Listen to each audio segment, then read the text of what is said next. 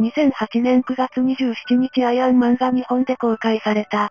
本国のアメリカから半年ほど遅れての公開となった本作は、後に世界的記録を次々と作ることになる MCU の記念すべき第一作。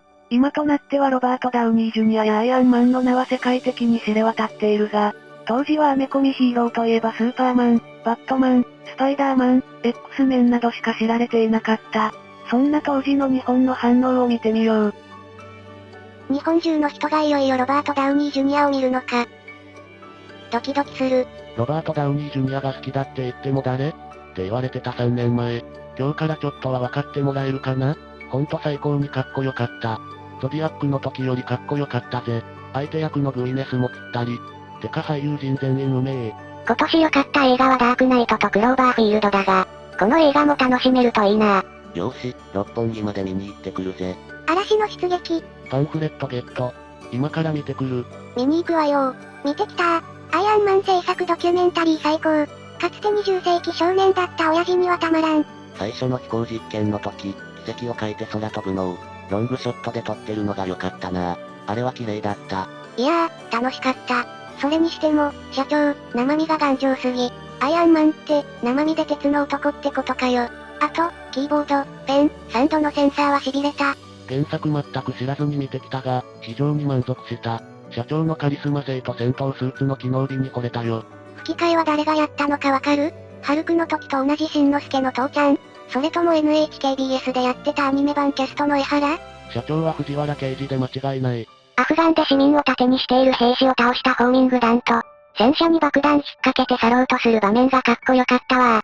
トランスフォーマーみたいな、シャキンカシャーンって変形変身する描写があるなら見に行く。変形はしないが、装着後に、なんつうかパーフェクトグレードガンダムみたいなハッチオープン描写はある。あとお茶目な機械アームモデル。もし許されるならアルチュー社長も演じて欲しかった。アルチューおっさんのヒーローなんて聞いただけで見たくなる。子供も見に来るから、アルチュー描写は難しいのでは、という噂もあるよ。それならいろんなアーマーが出て戦いまくる子供向けにと、社長がアルチューになってボロボロになる大人向けにの2本を作ってもらおう。2でアルチューになってウォーマシンが代わりに戦い。3、もしくはアベンジアーズで復帰とかにしようで。鎧は鋼鉄、心はガラスってのがトニーのいいとこだよね。プーチンのロシアとアメリカの緊張感が高まったおかげで、続編でクリムゾンダイナモとかが出せる理由ができたと、監督が大喜びだそうで、アメコミの中では社長って正体バレてるのですか？時期によって私がアイアンマンだと、実は別人だったの発表を繰り返してるよ。ちなみに今はシールドの長官についていて、全米のヒーローをまとめ上げる立場なので正体を公表してる。なるほど。ありがとう。今日ウルトラマン見に行ったんだが、映画館にいた子供たちの中にアイアンマンの話をしてる子がいたりした。なんだかんだで子供の反応は良さそう。チタニウムマンやクリムゾンダイナモ、ウォーマシンとか出して、アーマーだらけの戦いとかやらないかな。にはチタニウムマンとマンダリンを出してほしい。チタニウムマンならクリムゾンダイナモもセットだな。ハズブロのアイアンモンガーを買おうか迷う。アボミネーションも映画の後に欲しくなって買ったんだよな。最後の道路での戦闘はトランスフォーマーチックだったかもね。途中の消防士事前パーティーのとこで一瞬映る白髪の G は、原作者かなんかのカメオ出演。そう。彼は原作者の一人であるスタンリー。スパイダーマンシリーズでも、やたらと目立つエキストラとして、カメオ出演している。他にも X メンに、ハルク、デアデビル等にも出ている。飛ぶ時の手がキューピーちゃんみたいで可愛い。予告見ると、初めて飛んでる時の社長の顔がすんげー楽しそうだ。次回作はあの黒人大佐がウォーマシンか？次は俺にやらせてくれみたいなこと言ってた人が、ウォーマシンになるの？次にウォーマシンが出るのはほぼ確定として、プロトンキャノンはどうなるだろうか。まさかロボットアームに燃えさせられるとはな。とりあえずジャービスとか不器用と言われてたアームが可愛かった。今見終わったけどなかなか面白かった。わがまま言えばもう少し戦闘シーンが欲しかったかな？続編が楽しみだわ。原作あまり知らずに見に行ったが面白かった。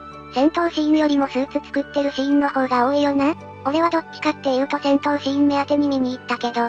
監督 J ファブローなんだ。RUDY とスウィンガーズのデブチンが出世したな。今から見に行こう。最後の戦闘はロボコップに思い出した。一緒に監禁されてたおっさんいい人すぎる。見てきた。笑えるシーンは面白かったし思ってた通りの出来だったな。アイアンマンがかっこよかったのでよし。てか渋谷なのにお客いなかったな。個人的に一番すげえ、と思ったのは、アイアンマンを撃ち落とした戦車だった。スーツ作成とボッツさんのやりとりがすごく楽しかったな。ボッツさんに臭いと言われる社長に爆笑。ラスボスとの対決がやけにあっさり終わったな。アイアンマン向こうじゃ相当ヒットしてるのね。マーブル映画分が不足するのはしばらくなさそうだ。企画ポシャったりはしないでほしいとこだ。私がアイアンマンだのセリフは CM だと軽い扱われ方だったけど、本編で聞くとものすごくかっこよかったな。劇中最後のセリフだもんな。おまけ映像除く。周りが正体を隠そうとしてるネタぶりが効いてる。まあ、今回は完全に誕生編だよね。ラスボスって言ったって要はアイアンマン誕生の過程で、生まれたうちはモメみたいなものだし、2作目で社長の内面に追求したいって監督が言ってた。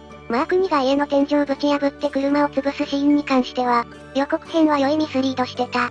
あれ墜落しないのかと思ったら、ああいう細かい演出で、説明臭くならずにアイアンマンのキャラクターを、観客に印象付けるあたり、実に丁寧な仕事をしているよね。この映画の脚本演出は、高等無形なアメコミの設定に、うまく現実感を与えていて感心させられる。マーク2の動作チェックもアークリアクターって有限なのね。下手にリパルサーとかユニビームバンバン撃ってたら、命すら危うくなるということか。ストーリーは単純明快だけども、表現の仕方がうまい配役がナイスっていう点が加わって、隙のないかっちりした作りになってたよな。三国志運転の社長が少年みたいでよかった。見てきた。ロバート・ダウニー・ジュニアが好きなので見に行ったが、ジェフ・ブリッジスまで出ていたとは。な役者揃いに感激。ダークナイトといい、アイアンマンといい、ヒーローもの映画なのにもう一回行こうかと思わせてくれるのが嬉しい。マーク1の勇姿を見て、デジャブを感じた。ミカドロイドを思い出した。最初のプロトタイプの方に夢を感じるやつも多いはず。実写の鉄人28号映画版にあらず、思い出した年配の方も多かったんじゃないのかな。個人的にはマーク1が一番かっこよく見える。この辺は好みなんだろうな。もちろんマー2、3もかっこいいけどね。キーボードがかっこよかった。ポインタで 3D ドラッグ、装着できるホログラムけどとか、ゴミ箱に 3D ポイポイとか、凝ってたね。Windows は何代目であそこら辺まで行くのだろうか。見てきた。めっちゃおもろいやん。最後なんでトミーが生きてたのかとか色々理由がわからんところは多いけど、そんなん関係ないくらい良かったわ。スーツの制作過程をこれでもかと見せてくれるのが良かった。メカ好きにはたまりませんわ。もう一回見に行く。億万長者でもピザとかハンバーガー食うんだな。かなりびっくりした。毎日ビフテキ食ってるものと思い込んでた。あの辺は実にアメリカ人らしくて良かった。想像以上に面白かった。ダウニージュニアはとても良かった。最後にブラックサバスが流れた時は痺れたよ。できることなら一曲丸々映画館で聴きたかったけどね。初めてだから優しくしろ。何してるんです？別にいかがわしいことはしてない。このやりとりに笑った。ダークナイトみたいな雰囲気の映画も好きだけど、笑って楽しめるアイアンマンも良いな。個人的には、ウォンテッドも良かったし、今年のアメコミ原作映画って本当面白いね。エンドロール終わるまで席立つなよ。続編の映像あるみたいだからさ。クレジット入る前に字幕でまだ続きますって入るのが笑った。そしてあれは見た瞬間心の中が USA 状態だったけど、わけわかんない人ばっかなんだろうな日本では。テロップだけ？なんも映像なし？サミュエルが出てくるよ。見てきた。マーベル好きなら見て損はないと思う。クレジット後の最後のあれはニヤニヤが止まらんかった。見終わった。わざわざ、エンドロール後に続きあるよ。って感じのテロップ入れてたな。レートで見てきたがすげえ面白かった。墜落シーンで何度も笑える。離陸する時がキューピーみたいで可愛いな。あとスタンリーの役にはロタ。エンドクレジット後のあれは、観客みんなでイポカーンだったわ。エンドクレジットの後に続きがあります。が一番はロタ。あれ親切でいいよな。マーブルとかよく知らないんだけど、最後に出てきた黒人のおっさんって何者？ニック・ジューリーって有名キャラ。ジョース号での傭兵らしい。ニックって黒人だったのか。カプコンのパニッシャーに P では確か白人だったような。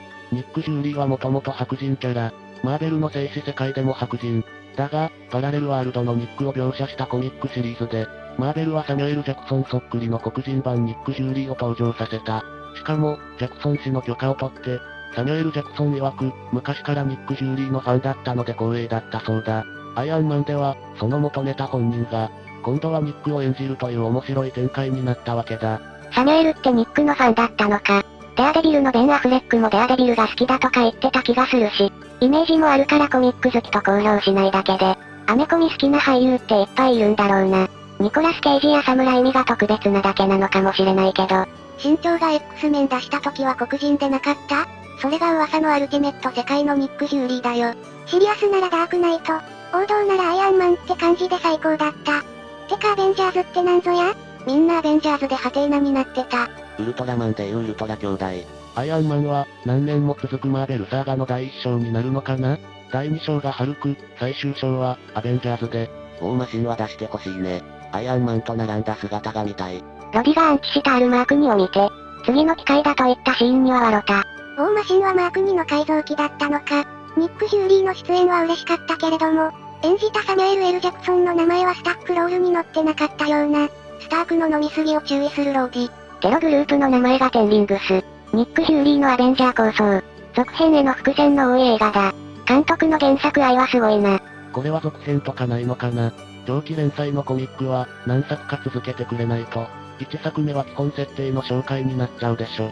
それだけでは物足りないしね。ついでに他のヒーローとの絡みなんかも、映画化してほしいね。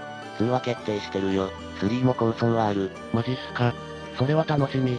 マーベル構想によると、2010年早、アイアンマンに、2011年キャプテンアメリカ、アベンジャーズ。アベンジャーズには社長としてダウニージャーも出てくるのかね。インフィニティガントレットみたいな感じで、スパイダーマンやら X メンやらと、共演してるの面白そうなんだけど。その辺はまだソニーとか FOX が映画化権を持ってるんじゃないか。大金積んで権利買い戻すとかすれば出れるかな。ソニーはスパイダーマン手放さなそうだけど。今見てきたが面白かった。パンフ見たらインクレディブルハルクの最後に、ロバート・ダウニー・ジュニアがトニー・スターク役で出てきてたのね。見に行けばよかった。エンドロールの後にちょこっと出てたよ。引退した？軍人に酒場で仕事しようとか声をかけていた。アイアンマン知らなかったから正直誰かわからなかった。今見たらニヤッとできたのに。チームに入らないかって、そうにも言うのかな？アベンジャーズと聞くとどうしても18年くらい前、データイーストというゲーム会社が出していた、アーケードゲームを思い出すんだよな。これでアベンジャーズの名前知ったし。携帯からなんで読みにくかったらすんません。パンフを読むとアベンジャーズが2011年頃に、映画化予定らしいけど、メンバーはキャプテンアメリカ、マイテソー、アイアンマン、アントマンは、決まってるっぽいね。あと来るとしたら、誰だろ？気が早いけど、アベンジャーズの敵は誰になるんだろ？ハルクだといきなりキングコング対ゴジラみたいで嫌だな。やっぱりロキとかかな？とい展開の関係もあるからね。個人的には映画だし、ヴィラン連合みたいなのがいいな。インジャスティスギャングみたいなのっていたっけ？その映画はどうなるのか。長髪マッチョのイケメン髪が通るハンマーを振り回して、敵をフルボッコ実写だと想像つかん。今見てきた。顔の割にめっちゃくちゃかっこよいな。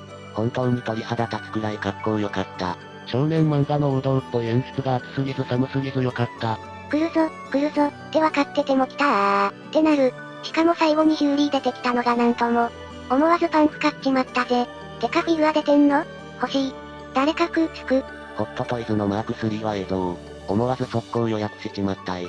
空飛ぶ時にキューピー人形みたいで笑った。インクレディブルハルクのラストで社長出てきたから、アベンジャーズはハルクも一緒かな。おもろかったぜ。ほとんど知識はないけど、とりあえず明日見てくる。いかがでしたでしょうか？今となっては大人気のアイマンに対しての反応は新鮮でしたね。